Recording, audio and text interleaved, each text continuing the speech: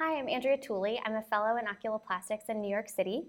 Today I'm here with Dr. Brad Kligman. He's a cornea and refractive surgeon in New York City. He's also a board member and subcommittee member for the YO group on the New York State Ophthalmologic Society. He's here to talk to us about his Welcome to the Real World of Ophthalmology, reality check for residents 101. You're going to give us all the lowdown on that.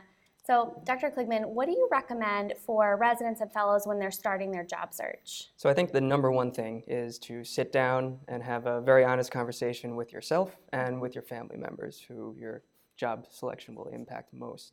The first thing is location, because you can have job offers from Guam for $1 million, but if you don't have the support of your family members and your friends, you're not going to be happy there. So first thing is to pare down the area of the country that you're looking for so that you can focus your search.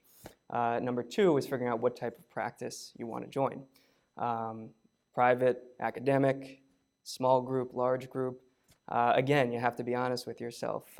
Do you want time to do academic endeavors, research, or are you really just ready to get in and start operating and seeing patients? You want to be very honest with yourself and know what type of situation you'll be happiest with. And the third thing is it's never too early to start looking.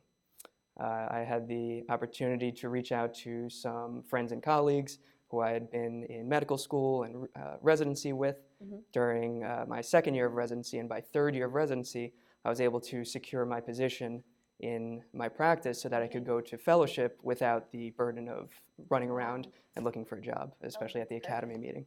Excellent. And what about negotiating contracts? Do you have any tips for residents or fellows when it comes to that? Absolutely. So knowledge is certainly power when it comes to negotiating a contract. So don't be shy with your senior residents and fellows. Ask them very honest questions, and as honest as they'll be with you, you can come to the table with more information to know what you're asking for and kind of comparatively what's reasonable in the area that you're looking. Another good source of information is actually your local industry reps, because they have exposure to all the different practices. They kind of know the reputations of the different practices in the area and can give you some somewhat unbiased information about them, so you know you're joining a good practice. The third thing is ask for what you want, because you're going to get 0% of what you don't ask for. That's true. So make it a positive conversation.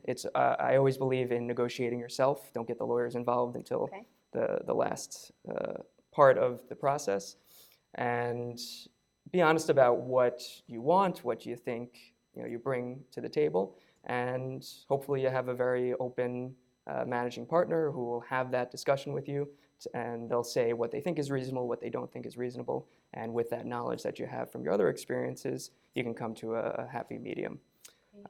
The last thing is it's not a bad thing to interview with multiple practices.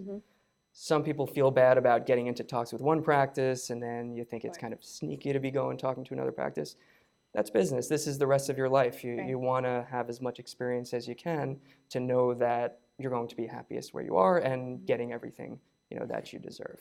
Those are great tips.